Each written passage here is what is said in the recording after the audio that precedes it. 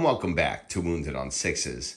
Today we're going to be taking a very special look at some Tau tactics and strategy as they pertain to gun lining and maintaining tempo while in such a defensive strategy. We're going to go over how we set up our observations, how we attack and set target priority against enemy units. We're also going to talk about how we plan ahead and use our reinforcements and deep strikes to take over the tempo of the game while still maintaining a very defensive posture with the rest of our units. We're going to be using my Kaiyun list that I have featured on the channel before, and I'll try to link in this description below. Let's go ahead and get started. So as we've talked about on the channel before, setting up your observation units to make sure that you have the most effective gun line possible is very, very important. So we're gonna bring our scenario here right in the middle of movement on our turn 2. And the first things we wanna make sure we have is that we have observers in gun lines that is going to be the most effective for the guns that we have on the table, while also keeping them out of harm's way as much as possible, because we want to keep our observer units safe, protected, and continuing to guide. All of the main observer units that we have here will give some kind of benefit, including ignores cover, which is super important when you're playing Tau. So first off, as I've explained before, we're going to have a unit of stealth suits here. We're going to have one up on the top while the rest are kind of behind cover. That way if one unit shoots and kills the stealth suit, the other stealth suits still remain safe, and then we can pop one up for our turn to do observations. As long as they're 5 inches of vertical space between them, they're still in coherency there. Over here, we're going to have our Pathfinders, and again, we're just going to move a couple of our Pathfinders up while keeping the rest safe in the building. That way, if an enemy unit targets them, kills 3 or 4 of them, then no other unit can now target our Pathfinders as they are now below the building. I'm putting the ones with the railguns up here first because they have the heaviest firepower shots. There's a lot of enemy armor on the field, so that's why I have them there. But this is a great classic formation for Pathfinders for me. And also, if you notice, they're in a very strategic position where they basically are in the middle of the board, so they can provide any unit on any angle in this wide open area some pretty decent observations. Rounding it out over here, we have a unit of stealth suits, and these guys are going to just be looking right up the middle. So anything that comes up the middle of the board and hangs out or comes out of either of those 2 ruins, these guys are going to have a great angle on. And again, we got 2 down below in cover, 1 up top looking out. So that way, if they kill this guy, these guys remain safe. No other units can now target this unit for the rest of their turn. And then we pop one up again next turn.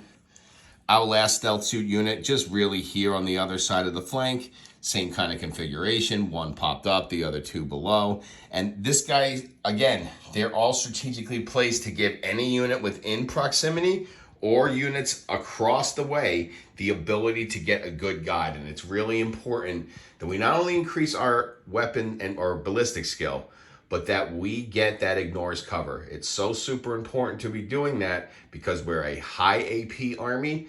That's how we rely. It's so easy to get cover in 10th edition, and we want to make sure that we're stripping it. And every one of these units has a marker light or the marker light keyword being able to strip cover. So we're going to go ahead and remain on this flank for the next part of the video, which is how do we do target priorities? Where are we moving to next? So if this is the middle of moving on our turn 2 for these units here, what I really want to make sure that I'm doing is I'm putting maximum pressure on my opponent, particularly on this flank. So as you'll notice, I have my Riptide here. I always recommend putting your bigger suits with the fall back and shoot, or or things like the Riptide, which their ballistic skill cannot be modified even if they're stuck in combat. On the flanks, because of their durability, their ability to kite enemy units with that fall back and shoot. So this guy right here has a choice. Now he can run up here and try to plug this unit here, but what I really want to do is I want to make space for some reinforcements that I have coming on next turn, because when you're playing Kaiyun, a good chunk of your army should be either in deep strike or reserves, because if you have to get to turn 3 before your army rule or your detachment rule turns on, you don't want to give your opponent all of your units all at once. So what I'm going to be doing here is I'm going to move this guy up, and I want to basically get in the face of these eradicators. I do not want my opponent to be able to push up to this part of the board and block my units from coming on this table edge in the beginning of turn 3 when my Cayenne kicks on. I also want to make sure that there's no that my opponent now has a couple of choices here. He's going to be stuck here dealing with this guy. This guy's going to run up, he's going to shoot, he's going to tank shock them, and hopefully kill the unit. But if he doesn't, he's going to be stuck in combat with the ability to either stay in combat and shoot without penalty, or fall back while still blocking this, at least this part, from like an enemy vehicle coming up like this tank. So the only thing he's really going to be able to do is either maybe throw these assault intercessors through the wall at us. Maybe he could try it. It's not really going to do much to the Riptide. Or he can kind of just forget about this area altogether, put these guys here, and just hope to God that we don't pressure his natural expansion objective. All the while, we have maintained a spot here open for our reinforcements. As for our shooting piece here, this really just want to kind of sit here. We're almost kind of sacrificing this unit here, as we want to make sure that we can get the maximum amount of shots on this ballistas here, because taking out this ballistas is going to set us up, hopefully, for this Vindicator to take its spot. And we want that Vindicator to land right there, because that's where we're going to be able to put the most amount of firepower onto it next turn. So from this angle, we should be able to fire at that Vindicator with our Skyray, no issues, getting guided by the stealth suits here. We're going to be re-rolling our hit rolls of 1, and we'll be re-rolling all of our wound rolls with twin linked here. That should put a nice little dent into that ballistas and maybe help our next unit finish them off. In the middle of the board, we have our broadside battle suits. We have our Pathfinders, and we have a Ghost Keel over here with a Devilfish with some Breachers behind there. So what we're going to want to do is we're going to set ourselves up for success with this Breacher Fish right here. But first off, we have to do some target priority, especially for these units here, and we have to look at our threats. So we have 3 main threats over here in the middle of the board, and these intercessors that are sitting on this objective are not one of them. One is the ballistas that we actually hope to take out with the help of the broadsides and that Skyray gunship over there. There's also these Blade Guard with a Judicar here. Now, any Tau player is going to tell you that any kind of melee unit, especially one staged in cover, is going to be an issue for you. We want to prioritize these guys. And the way to prioritize them is to put them in a place in the board where we can shoot them easily without them doing damage to our gun line. So we're going to keep that in mind. And we also have this Vindicator. We want to force our opponent to bring this Vindicator to a certain part in the board.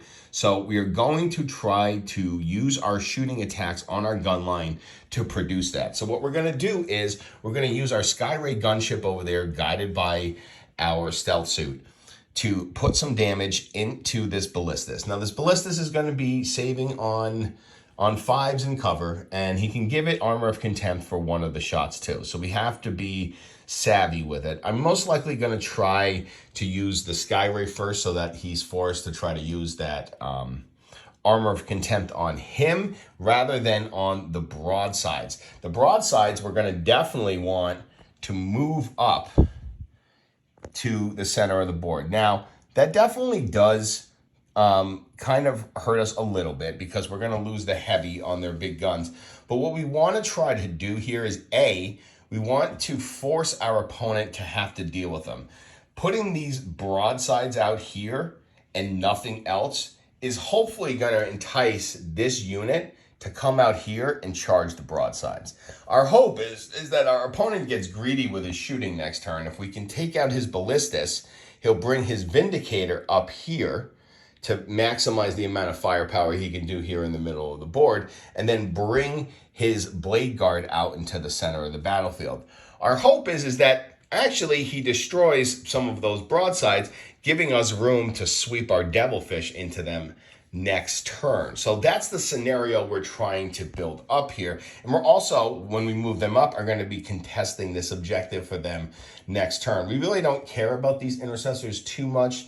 There's not much they can do to hurt us. We might take a couple of pot shots with the Pathfinders at them, or maybe with the stealth suits over there. But we really don't care about them. We really want to take out this Ballistus to force that Vindicator to come up and take his spot, while also coaxing those guys out of cover toward the center of the board, so that the next turn we can bring this Devilfish out, drop our guys, and then retake this objective. Hopefully, those things will be on the objective to maximize their buff next turn. So we're trying to, set ourselves up for the next turn by actively combating our opponent with our really well set up gun line. As we move over to the last flank on the board, we have an interesting scenario set up here. So we have 2 Ghost Keels in my Build a Knight configuration, where you have 2 Ghost Keels basically hanging out on your natural expansion objective. We have a Predator here that is too far away to hit this Ghost Keel, but the real threat here is Marnia's Calgar and these aggressors. Now, anytime you see an opponent set up on the flank towards your natural expansion with a big unit like this, you're saying, all right, that guy's going to try to come here. But what we want to make sure we can do is we do want to coax our friend back onto our lines, but we want to make sure that he cannot charge us. So rather than try to come up and move block like we did on the other side of the battlefield, because we're playing Cayune, what we want to do is we want to move our Ghost Keel back. And we want to put him in a position where even with the advance and charge, it's still a decent attempt at the unit, but ultimately the odds are that they will fail, because we want to make sure that this unit isn't running up here, but is coming down this line, because we're going to try to set them up for a trap.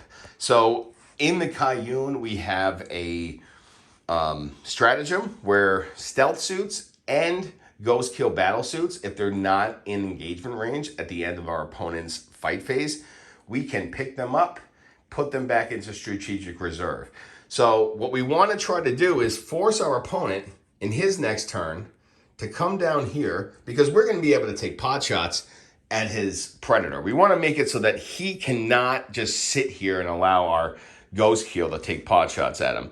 We're also going to make sure that our stealth suits here are, also not an easy charge target for them. We want them to be able to observe units down the middle of the board, or even for this Ghost Keel, but we don't want to give them an easy charge. We want to basically strand this unit, even with its advance and charge, out in the middle of the board.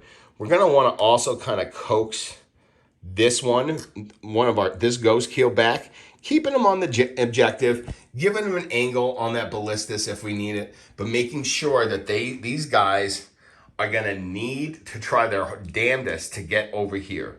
When they fail to make one of our Ghost Keels here or our stealth suits, we're just going to wall of mirrors next turn to ploop, take that guy off the board, and hopefully this unit will be stuck out in the middle of the board for the shenanigans on our turn 3. So sticking with this side of the board, it's now our turn 3. Our opponent has run up. He failed to make a charge, even with a great advance and charge. We moved our Ghost Keel, but we also rapid ingressed some Starsight Crisis suits with Farsight here. So what this means is our opponent ran up, failed to charge our Ghost Keel. After we finished running up, we used a stratagem to drop our Crisis suits down here behind him. At the end of his turn, we pick up with Wall of Mirrors the Ghost Keel, and now this unit is now faced with the Starsight unit that's great at killing infantry and is going to be essentially also +1 to wound. So it's about to put a hurt on these guys here really bad. And then hopefully, if anything's left, Farsight can finish them up. We also have some stealth suits here that can do some damage here. Now, we still have to deal with this tank, but this tank doesn't have very good, it only has so many shots against these guys. And, it may be able to pick up one. It may miss because it doesn't have a lot to it. The main thrust of this side of the board has been this unit here, which is now basically going to get wiped out. And then we only really have to deal with one tank over here that, you know, isn't going to get the greatest amount of shots into this unit the next turn. Moving along over here to the center of the board, we have some interesting stuff. So in this scenario, we did destroy the ballistas and we did move up our broadsides, which were taken out this turn. But what it did was it forced our opponent to move all of his stuff into the middle of the board, particularly that unit of blade guard there. What we did next was move our devilfish around, drop out our breachers, and now we have a couple of spots here. We can shoot at these guys, which would give us full rerolls to wound, not bad. But really the threats that we're looking to take out here are these guys here. So what you also need to remember is you need to like ensure that you have the type of weapons that are good on all units, and remember that threat assessment too. So like that unit there is good at both infantry, but this one's the biggest threat. Probably should put it at them, even though we get the best buffs here. Really, it's up to you. I mean, killing these guys outright gives us the objective, I guess, for those abilities. Let's say we have area denial. Maybe you think about coming in here, but what I'm really looking to do is to move my ghost kill from around here, maybe provide some support here and a tank shock to get him up on the board here to make his vindicator shoot at the ghost kill, which is important because the ghost kill has those stealth drones. We can really frustrate units, even if we're out in the middle of the board, including a Vindicator there. The Vindicator is definitely going to be priority number one for our big stuff. So if we can move this guy up to get him in fusion range, we're going to want to look to do that. The Devilfish has 2 Seeker missiles. We're going to look to put them into him. Again, most of our observation units haven't moved. They're still in the same spot. And over on that side of the board, even though we lost our Sky Ray in this scenario, we kept the room with our Riptide over there to allow our broadsides to come in from reserves and put some shots into the Vindicator, and we have even more for the Vindicator coming up. But this is essentially what we've done is we use target priority to remove our opponent's units in the hopes that they would then move their units in a way that gave us the most advantage to our plan. Our plan was to get his infantry out of cover into the middle of the board so that our units could go to work, and that's exactly what the scenario set us up to do. We're going to move along now to the other side of the board because I want to show you what we're doing over there.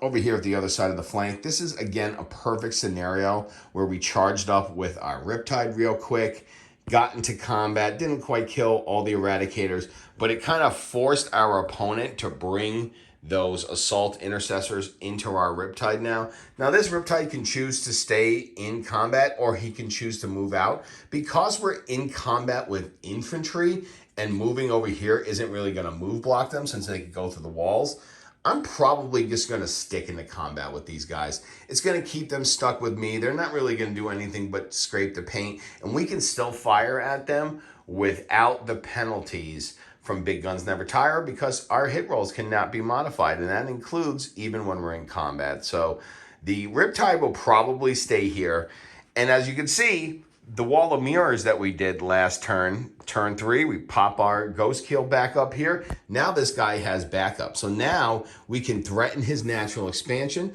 We can also throw a couple extra shots into this Eradicator if we want. But again, this guy's also going to be scoring. Let's say we got behind enemy lines. Boom. He's right here. We can pick this guy up again if we want as well. Like, it doesn't really matter. We can also use him to maybe start putting some pressure onto this tank over here. But really, this is suffice it to say that this is supposed to be our opponent's most secure objective. And, I mean, they're being attacked on all sides here.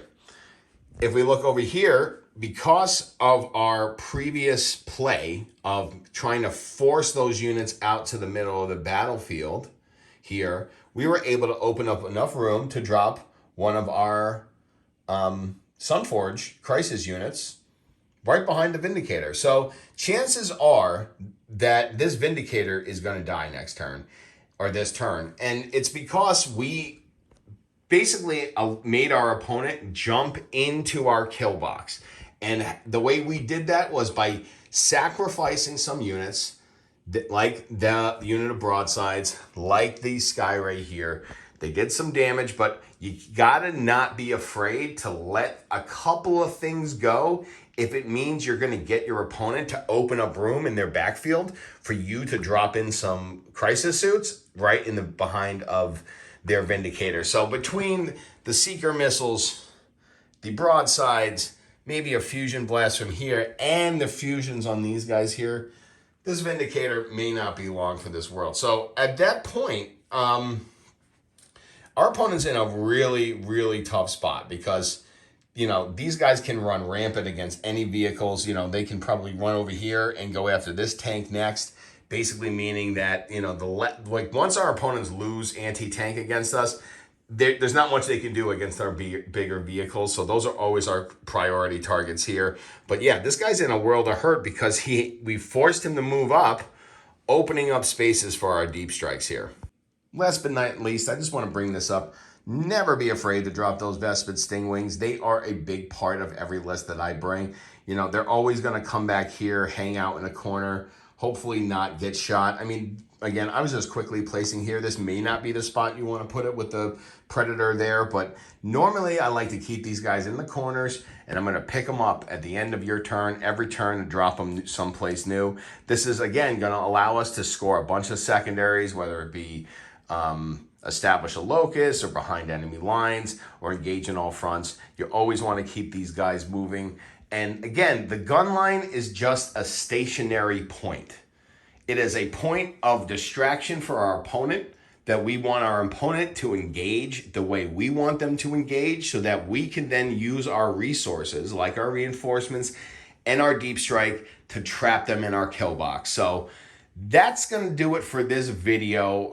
A bit of a mess, granted, but I wanted to show everybody how I kind of think about gun lines and how I try to maintain tempo by thinking ahead and planning out my turns in the hopes that my opponent will be forced to make the decision that I leave them to make. So that's really what I wanted to showcase you here. If you like this video, go ahead and like it. If you haven't already, go ahead and subscribe to the channel. We got a lot more content coming out for all the different armies we cover here on the channel. And I want to thank everybody for coming out again and watching some more Wounded on Sixes.